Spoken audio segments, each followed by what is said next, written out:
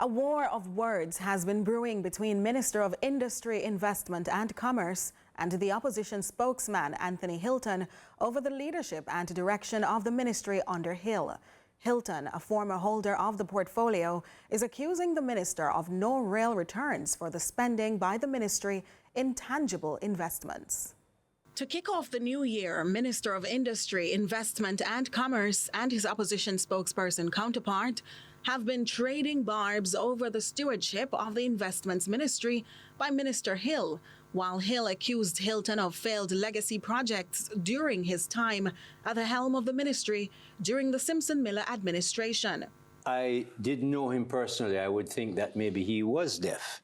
Because if you live in Jamaica in the past year and a half, 2 years, you know that the policy I've been driving is export. Hilton accused the minister of taking trips that have yielded no return and no real strategic direction for the ministry, going as far as to call the trips jaunts. It's important, first of all, for each trip to have a particular goal, a particular objective, so that at the end of the visit, you can make an assessment as to, if not the visit, over a period, you can make an assessment as to whether those visits are reaping getting the goal of meeting the objective. But the minister would have none of it, responding by counterattacking Hilton for his own stewardship of the ministry, citing the failure of the Hilton-led ministry to deliver on the logistics hub investment announced by the then PNP administration.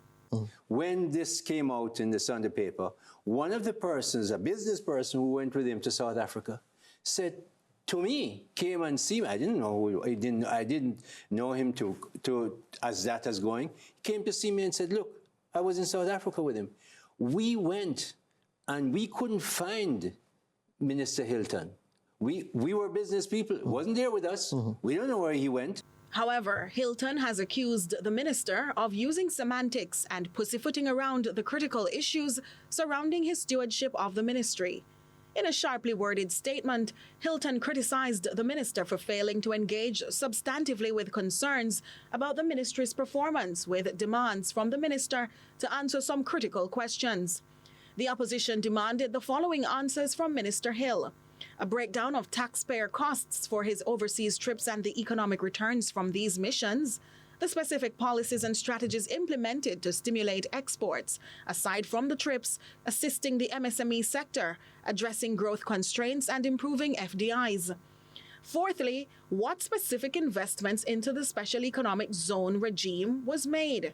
And fifth, the role of JAMPRO, which is the agency tasked with the responsibility of marketing Jamaica for investment and for positioning Jamaican businesses and products in international marketplaces. Hill dismissed these questions and accused Hilton of seeking relevance and lauded the achievements and the confidence of the Jamaican business people in his leadership of the ministry, and said that he has been pushing exports as the marquee policy priority of the ministry.